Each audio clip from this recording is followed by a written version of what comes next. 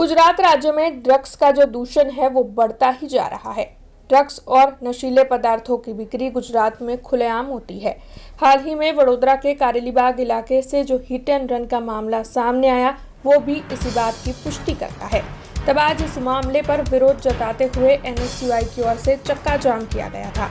दरअसल गृह राज्य मंत्री हर्ष संघवी के इस्तीफे की मांग साझा करते हुए नारेबाजी करते हुए सूत्रोच्चार करते हुए NSUI की ओर से भारतीय जनता पार्टी के खिलाफ भी नारे लगाए गए थे। नशाबंदी के प्ले कार्ड्स हाथ में लिए इन सभी की ओर से चक्का जाम कर विरोध प्रदर्शित किया गया था। हालांकि इस दौरान फतेहगंज पुलिस वहां पर पहुंची थी और NSUI के इन सभी कार्यकरों की गिरफ्तारी करने की शुरुआत फतेहगंज पुलिस की ओर से कर दी गई थी।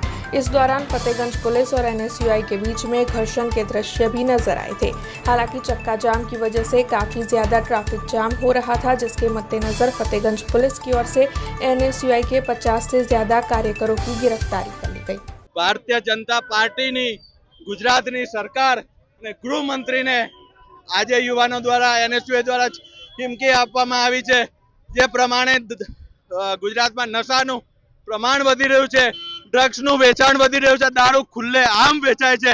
આવા વેપલા ચાલતા ગુજરાત રાજ્યની સરકાર દ્વારા બંધ કરાવવામાં આવે અને યુવાનોના ભવિષ્યને જોખમમાં મુકતા યુવાનોને બચાવવામાં આવે। આજે રસ્તા રોકીને છક્કા જામ કરીને વિરોધ પ્રદર્શન કરીને ગૃહમંત્રીનું રાજીનામું માંગવામાં। हमसे जुड़े रहने के लिए हमारे YouTube चैनल को सब्सक्राइब करें और नई वीडियो की नोटिफिकेशन के लिए बेल आइकॉन को दबाएं।